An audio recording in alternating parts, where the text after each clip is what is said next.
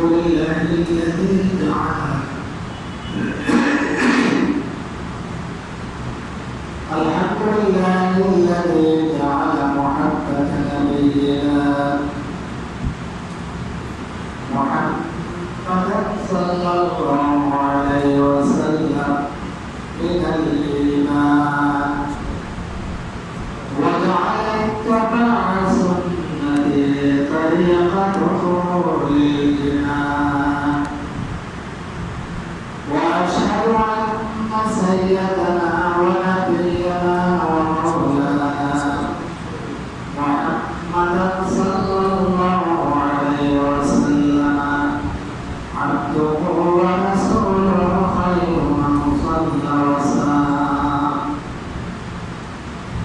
صلى الله عليه وعلى آله وأصحابه الكرام أما بعد فأعوذ بالله من الشيطان الرجيم بسم الله الرحمن الرحيم قل إن كان آباؤكم وأبناؤكم وإخوانكم وأزواجكم وعشيرتكم وأموال اقترفتموها وتجارة تخشون كسادها ومساكن ترضونها أحب إليكم من الله ورسوله وجهاد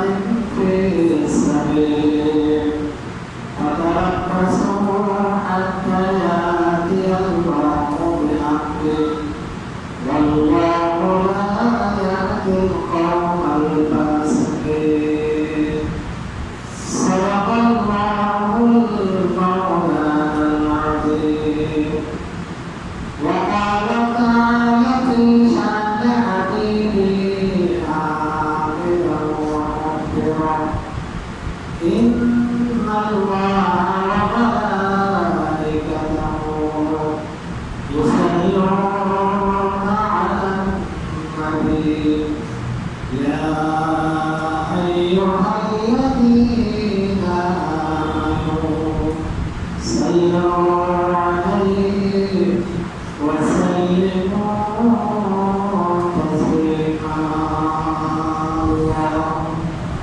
صل على سيدنا مولانا محمد وعلى آل سيدنا مولانا محمد اللهم صل على سيدنا مولانا محمد وعلى آل سيدنا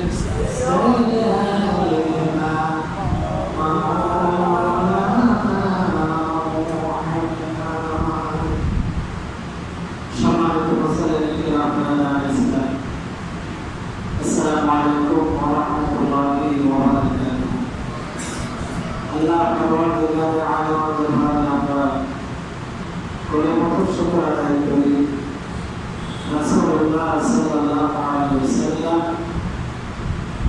এই বেলাতের মাসে সমাপনী পর্যায়ে এসে আমরা আল্লাহর বসে আল্লাহ রাসূলের কথা বলা কথা শোনা আল্লাহ সুযোগ করে দিয়েছেন পড়ে আলহামদুলিল্লাহ সম্মানিত মুসলিম কিরাম সারা বছর তো আমরা কোরআন হাদিসের আলোর সাথে রবিউল আউয়াল মাস আসলে আমরা বিশেষ করে রাসূল সাল্লাল্লাহু আলাইহি ওয়াসাল্লাম সম্পর্কে আলোচনা করি আমরা সীমাবদ্ধ রাখি রাসূলের মর্যাদা শান ইত্যাদি বিষয় আজকে আমরা আলোচনা করব রাসূল সাল্লাল্লাহু আলাইহি ওয়াসাল্লামের ভালোবাসা বিষয়ে মহব্বত বিষয়ে আল্লাহ রাসূলকে আমাদের দুনিয়ার সব কিছুর উপরে ভালোবাসতে হবে। আল্লাহ রাসূলের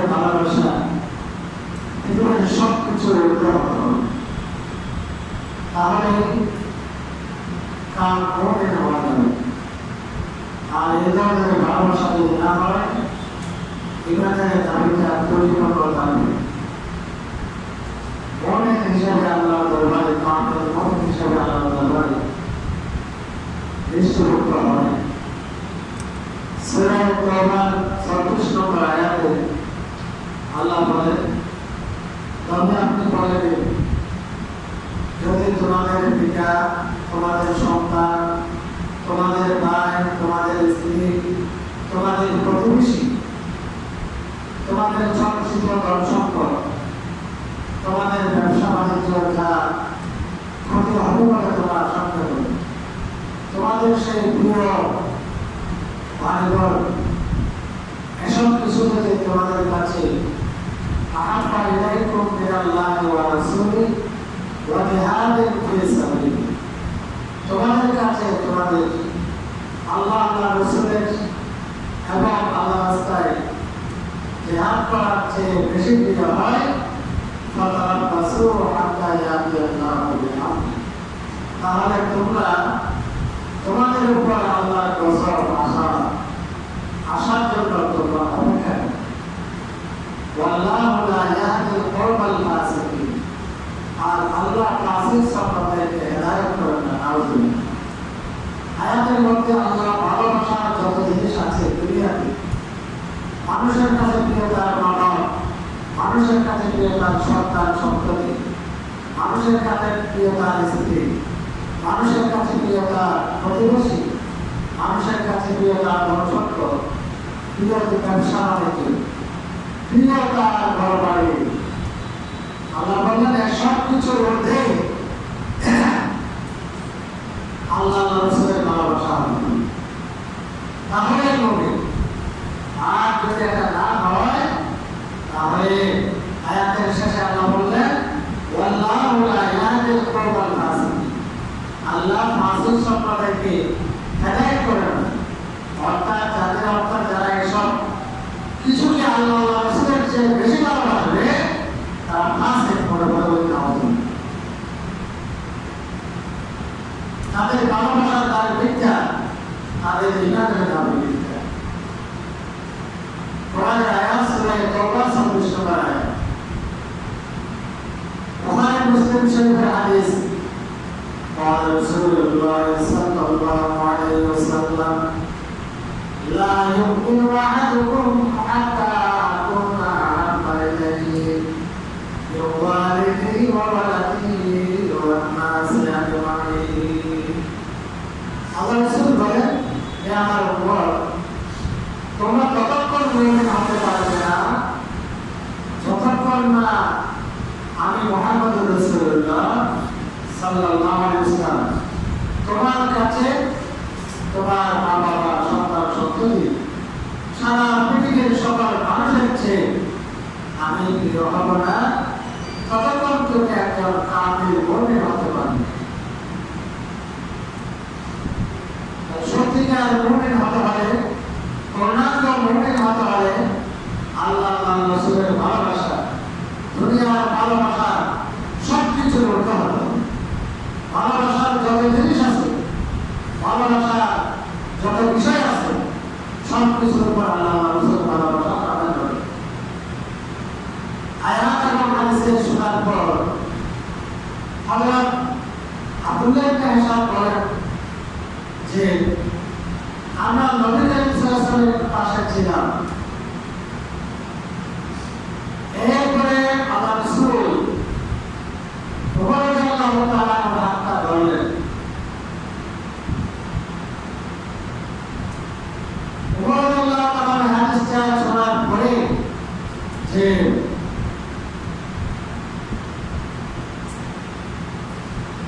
আল্লাহ রাসূলকে বললেন, হে আল্লাহ রাসূল, আপনি আমার কাছে সব কিছু চেয়ে প্রিয়, তবে আমার প্রাণের চেয়ে আপনি প্রিয়।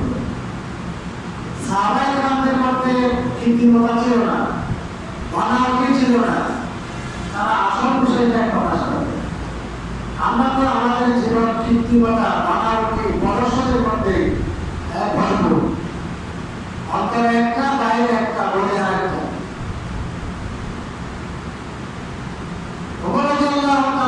বললেন, ইয়া রাসূলুল্লাহ, আপনি আমার কাছে আমার প্রাণ ছাড়া সব কিছুর চেয়ে বেশি দিলেন।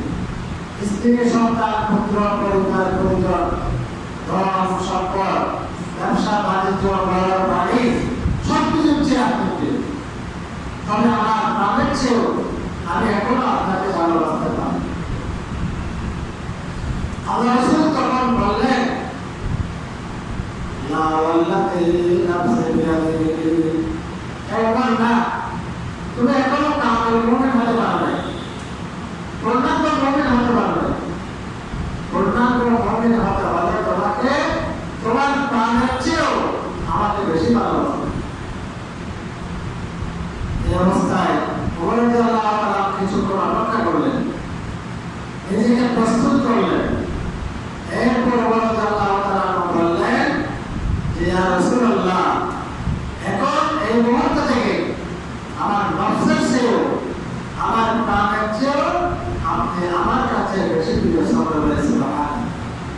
তখন আল্লাহ রাসূল বললেন, আল্লাহ না, যে ইয়া ওমর, ওমর, তুমি এখনই একজন পূর্ণাঙ্গ কামেল মুমিন হয়েছে। সুবহানাল্লাহ।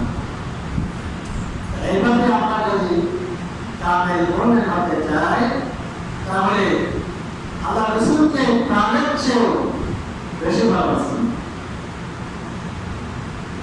এরকম ভালোবাসা সাহাবায়ে কেরাম আল্লাহর প্রিয় বান্দাদের প্রতি অনেক অনেক নজির আছে।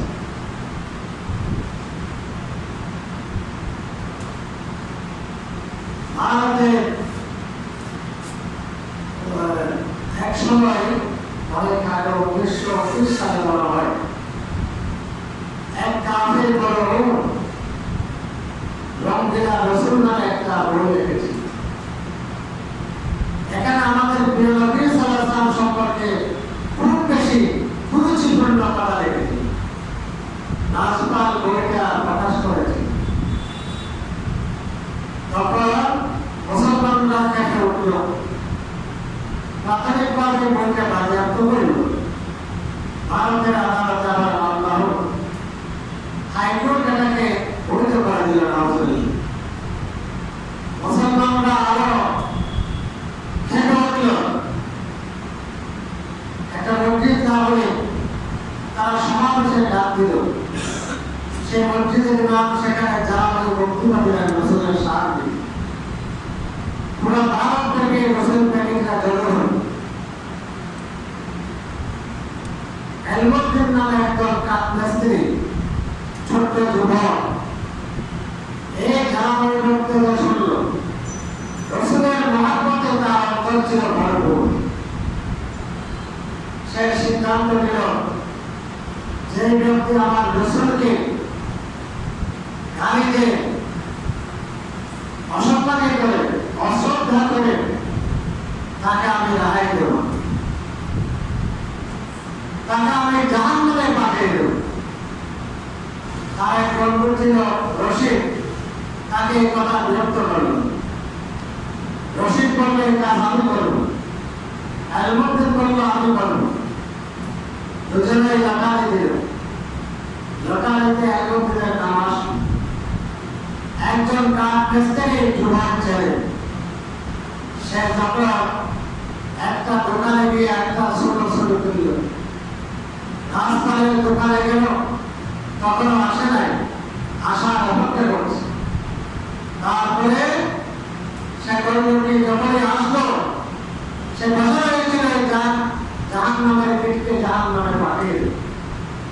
আসার মাত্রই তাকে ছুরি দ্বারা আঘাত করে মাটিতে ফেলে দিল। সুবহানাল্লাহ। পরে গেল, পুলিশ তাকে গ্রেফতার করল।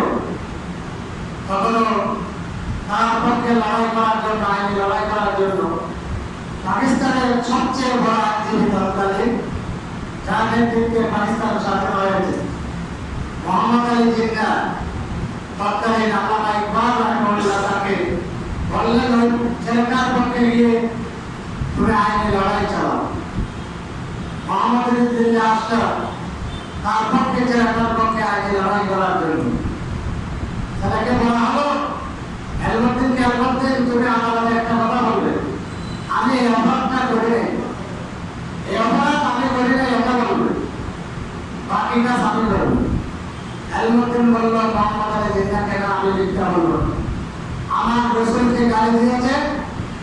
আমি সজ্ঞানে স্বইচ্ছায় সুস্থ মস্তিষ্কে জেনে শুনে আমি কাফের মৌলকে হত্যা করেছি। যেহেতু সে আমার নবীকে গালি দিয়েছে, এটা আমার সহ্য হয় নাই। সুবহানাল্লাহ। আদালত যেহেতু অপরাধ স্বীকার করেছে, তার মৃত্যুদণ্ড দেওয়া হবে। মৃত্যুদণ্ড কার্যকর করা হবে। তৎকালীন সরকার সারা দেশে কাঁপতে জারি করবে। মৃত্যুদণ্ডের আগে এই আলমাদের কাঠমিস্ত্রি যুবক চালাকে বলা হলো, তোমার কি আশা আছে? সে বলল, আমার কোনো আশা নেই, আমি 2 রাকাত নামাজ পড়ব। শহীদ হওয়ার আগে 2 রাকাত নামাজ হযরত হুমায়ুন রাদিয়াল্লাহু তাআলা আনহু চালু করেছিলেন। খাবার চত্বরে যাদেরকে শহীদ করা হয়েছে কাফেররা 2 রাকাত নামাজ পড়ল। কোরআন শরীফে জামাতা জানাচ্ছিল, তাদেরকে উদ্দেশ্য করে বললেন, হে মুসলিম ভাইসব, শুনো, আমি এই গাছপালকে রসুল প্রেমে হত্যা করেছিলাম। আমার রসুলকে জন্ম দেওয়ার কারণে রসুলের প্রেমে আমার অন্তর ভরপুর ছিল। আমি তাকে সজ্ঞানে স্বইচ্ছায় হত্যা করেছি। আজ রসুলের সম্মান রক্ষার্থে রসুল প্রেমে আমি শহীদ করছি। সুবহানাল্লাহ। এরপরে তাকে শহীদ করা হলো। জানাজা তাকে ছাড়াই তাকে দাফন করা হলো। আল্লাহ বিশৃঙ্খলা হওয়ার আশঙ্কায়, ঢাকা হামলা লাগার আশঙ্কায় তারপরে আল্লামা ইকবাল সরকারকে আহ্বান দিলেন যে আমি নিশ্চয়তা দিচ্ছি কোনো রকমের বিশৃঙ্খলা হবে না, জানাজা পড়ার অনুমতি দাও। 15-16 দিন পরে খবর থেকে লাশ তোলা হলো।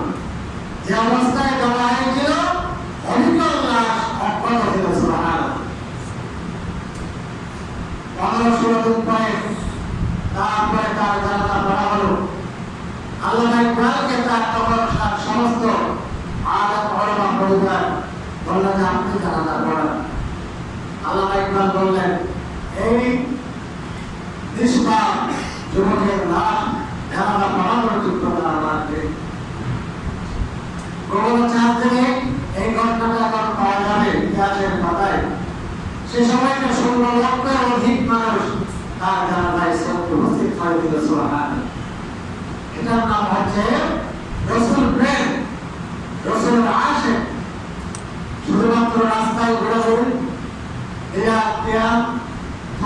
হানি এগুলো করেন, এর মধ্যে রসুল প্রেম সীমাবদ্ধ নয়। গত যুবকে বলেছিলাম,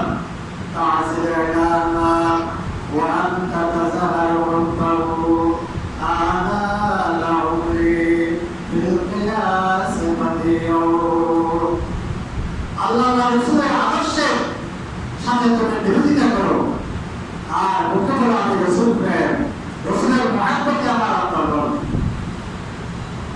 এটা মুনাফিকি ছাড়া, এটা কপটতা ছাড়া আর কিছু। রসুল বলেন, এভাবে একটা দুটো ঘটনা হয়, হাজার হাজার ঘটনা বর্ণনা করা যায়। যারা সত্যিকার আশিক রসুল, রসুল প্রেমে যাদের অন্তর ভরপুর, তাদের কাছে আল্লাহ কোরআনে বলেছে, মা বাবা ভাই বেরাদার আত্মীয় স্বজন ব্যবসা বাণিজ্য ধন দৌলত ফল ফল এমনকি প্রাণের চেয়ে বেশি প্রিয় মুহাম্মদ রাসূলুল্লাহ। এভাবে আল্লাহ রসুলকে ভালোবাসতে হবে, এটার নাম হচ্ছে ভালোবাসা। যাদের অন্তরে রসুলের ভালোবাসা থাকবে তার কিছু নমুনা তার জীবনে দেখা যায়। গত জুমাতেও বলেছে, সম্পর্কে কিছু দৃষ্টিপাত করেছে। এক নম্বর হচ্ছে যে যার ভালোবাসা তার অন্তরে থাকবে, তার অনুসরণ করা সে করবে। ছোট্ট যুবক ছাড়া কিছুদিন আগে তো আঠায় থেকে এখন আলহামদুলিল্লাহ দেখা যাচ্ছে। নেই না রসুল, কোথায় নেই না, কোথায় কে? এখানে সুলকের আগে সে বোঝাতে যাচ্ছে, ওই চুলটা মাথা চুল, আমরা ওকে একে ভালোবাসি। সে চুল লাগার মাধ্যমে দেখাতে চায় আমাকে ভালোবাসি। ফুটবল খেলা যখন আসে, জার্সি অমর্থন করে দেখাতে চায় যে আমাকে ভালোবাসি।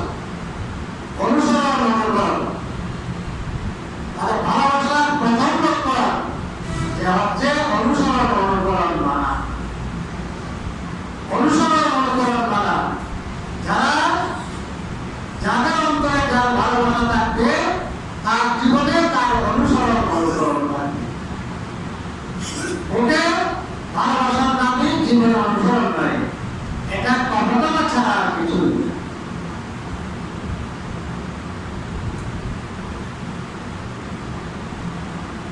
قال رسول الله صلى الله عليه وسلم كل أمتي يدخلون الجنة إلا من أبى قيل ومن أبى قال من أطاعني دخل الجنة ومن عصاني فقد أبى أو كما قال عليه الصلاة والسلام الله رسول বলেন আমার সমস্ত উম্মত জান্নাতে যাবে, সকলে আশা করে ইল্লা মান আবা, তবে যে উম্মত আমাকে অস্বীকার করলো সে জান্নাতে যেতে পারবে না। নাউযুবিল্লাহ। মুস্তাফা আলাইহি রাসূলুল্লাহ ওয়া আবা, আপনার উম্মতের মধ্যে কে আপনাকে অস্বীকার করলো? قال من أطاعني دخل الجنة ومن عصاني فقد أبى।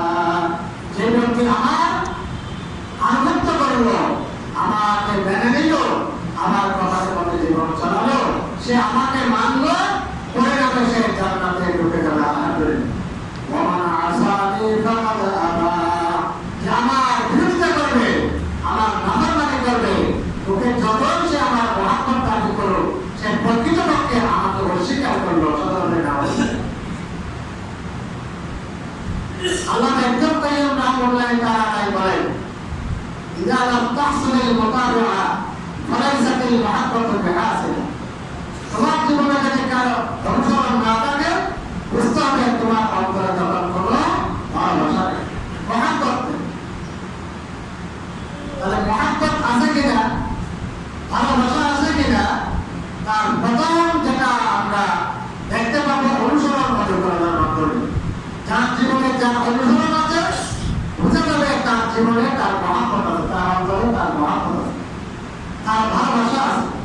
সুতরাং আমরা যদি রাসূলকে মহব্বত করি তাহলে রাসূলের ভালোবাসার প্রথম নমুনা হবে রাসূলের আদর্শ, রাসূলের সুন্নাহকে, রাসূলের সুন্নতকে আঁকড়ে ধরা, রাসূলের সুন্নাত মতে কথা মতে জীবন পরিচালনা করা। মান আহাব্বা সুন্নতি ফাকাদ আহাব্বানি ওয়া মান আহাব্বানি কানা মা'i ফিল জান্নাহ। আল্লাহ রাসূল বলেন যে ব্যক্তি আমার সুন্নতকে মহব্বত করলো সে আমাকে মহব্বত করলো, আর যে ব্যক্তি যে আমাকে মহব্বত করলো সে আমার সাথে জান্নাতে থাকতে পারবে। আলহামদুলিল্লাহ। রাসূল সাল্লাল্লাহু আলাইহি ওয়াসাল্লাম একজন সাহাবা সুবহান রাদিয়াল্লাহু তাআলা, তিনি সবসময় রাসূলের দরবারে থাকতেন, কোনো কাজ না থাকলে রাসূলের কাছে এসে বসে থাকতেন। এক সময় দেখা গেল তার চেহারাটা খুবই মলিন। রাসূল তাকে বললেন, ইয়া সুবহান, তোমার চেহারাটা আজকে এত মলিন কেন? তুমি তো প্রায় সময় শুনতে থাকো। সুবহান রাদিয়াল্লাহু তাআলা তখন বললেন, ইয়া রাসূলুল্লাহ, আজকে হঠাৎ করে একটা দুশ্চিন্তা আমার মধ্যে এসে গেছে।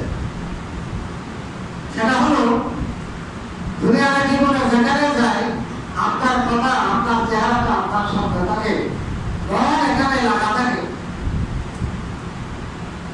আমাদের পরেশানি থাকে, বস্তুতাতে কখন কাজটা সেরে এসে আপনার এখানে আসবো। আপনার এখানে আসলে আমরা মাছ পানি পাওয়ার মতো হয়ে যায়। আজকে চিন্তা এসেছে কিয়ামতের ময়দানে আপনাকে আমরা পাবো কি? আপনি তো পয়গম্বর, আপনি নবী, জান্নাতে যাবো কিনা তাও তো বলতে পারছি না। আমার জান্নাতে গেলে আপনি তো অনেক উপরে থাকবেন, আপনার মধ্যে অনেক উপরে, আপনাকে সেই জায়গায় দেখা পাবো কি? এই অস্থিরতায় চিন্তাটা আসার কারণে চেহারাটা মলিন হয়ে গেছে। এই অবস্থায় আল্লাহ পাকের পক্ষ থেকে কোরআন আয়াত নাযিল হচ্ছে, মাইয়ুতি'আ আল্লাহ ওয়ার রাসূলা ফাউলাইকা মা'আল্লাযীনা আন'আমা আল্লাহু আলাইহিম মিনান নাবিয়্যিনা ওয়াস-সিদ্দীকিনা ওয়াশ-শুহাদা ওয়া হাসুনা উলাইকা রাফীকা। আলহামদুলিল্লাহ। আল্লাহ তাআলা উত্তর দিলেন, ومن يطع الله والرسول আমি আপনার পক্ষে জানিয়ে দিন যারা আমি আল্লাহ এবং আপনার আপনি রসুলের অনুগত করবেন জীবন পরিচালনা করবেন فأولئك مع الذين أنعم الله তারা কিয়ামতের ময়দানে ওই সমস্ত লোকদের সাথে থাকবে যাদেরকে আল্লাহ পুরস্কৃত করেছেন আলহামদুলিল্লাহ তারা কারা মিনান নাবিয়িন ওয়াস সিদ্দিকিনা তারা নবী সিদ্দিক শুহাদা সালেহিন ওয়া হাসানা উলাইকা রাফিকা আল্লাহ বলেন বন্ধু হিসাবে এরাই হচ্ছে সর্বোত্তম বন্ধু আলহামদুলিল্লাহ আপনি দুনিয়ার জীবনে যা আদর্শের অনুসরণ অনুকরণ করবে কিয়ামতের ময়দানে আল্লাহ তাদের সাথে আল্লাহ আপনাকে হাসর করাবে আল্লাহকে আপনাকে একত্রিত করবে আলহামদুলিল্লাহ এজন্য রাসূল মুহাম্মদ রাসূলের মহব্বতের প্রথম নমুনা রাসূলকে মেনে চলা রাসূলের আদর্শের মতো জীবন চলা তাহলে আপনার রাসূল প্রেম এটা সত্যিকার কিছুক্ষণ কিছু করলেন আনুষ্ঠানিকতা এটার মাধ্যমে হাদিস বললাম কোরআন বললাম যে এটা রাসূল প্রেম সত্যিকার রাসূল প্রেম এটার মাধ্যমে হবে দুই নম্বরে রাসূলের প্রতি সম্মান শ্রদ্ধা বর্ণনা এই বলেছে তাজিম থাকতে হবে আপনি যাকে ভালোবাসেন তার প্রতি আপনার অন্তরে ভালোবাসা থাকে তার প্রতি ভক্তি থাকে ভক্তি থাকে রাসূলকে যদি ভালোবাসেন রাসূলের প্রতি সম্মান রাসূলের প্রতি শ্রদ্ধা অন্তরে বুকে নয় অন্তরে থাকতে বুকে তো থাকবে অন্তরে থাকতে হবে কত জনতে বলেছে এটা আল্লাহ রাব্বুল আলামিন যে কখনো কোরআনে কারিমে আল্লাহ রাসূলকে ইয়া মুহাম্মদ বলে সম্বোধন করেন সুবহানাল্লাহ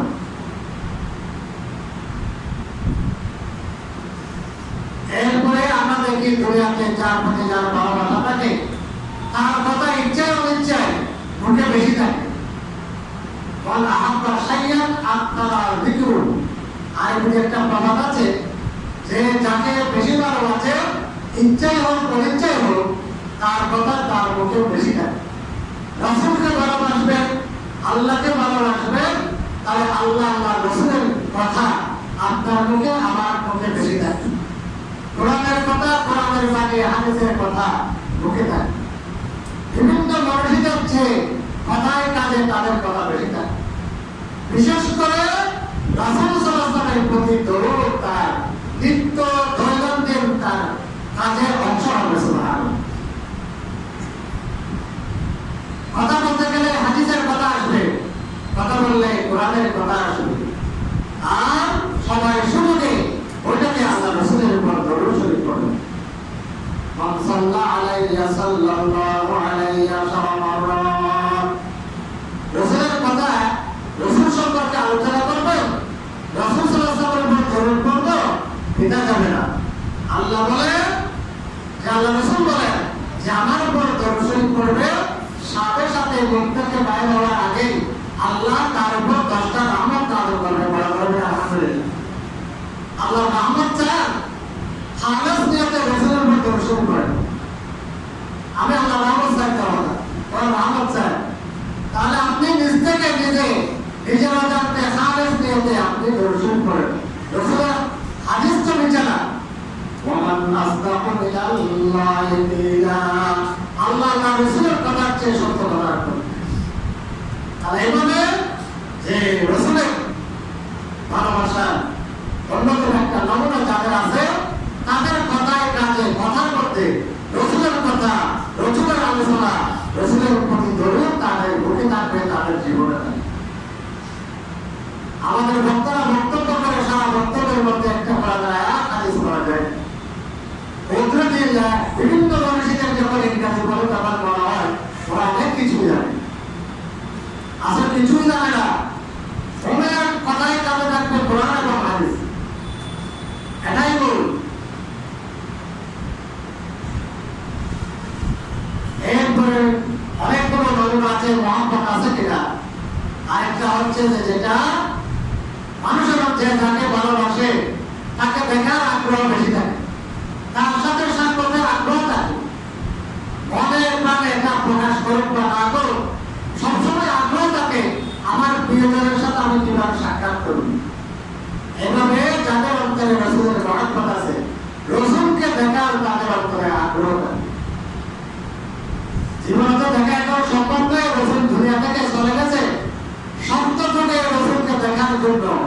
তাদের মনের মধ্যে স্পৃহা বেশি থাকবে। সুবহানাল্লাহ। কারণ শয়তান সকলের আকৃতি ধারণ করতে পারে। আল্লাহ রাসূল বলেছেন রাসূলের মুআজিজা এটা, শয়তান রাসূলের আকৃতি ধারণ করতে পারবে না। আল্লাহ রাসূল হাদিসের মধ্যে এটা বলে গিয়েছেন। সুবহানাল্লাহ। আল্লাহ রাসূল বলেছেন এজন্য যে আমাকে দেখেছে সে আমাকেই দেখেছে। সুবহানাল্লাহ। আর এইভাবে আমার প্রিয়জনকে যেভাবে আমার দেখার আগ্রহ থাকে, আমার কাছে যদি আমার রাসূল সবচেয়ে প্রিয় থাকে, প্রিয় হয়ে থাকে, রাসূলকে দেখার জন্য মানে আগ্রহ থাকবে, আল্লাহর কাছে আবেদন করবে।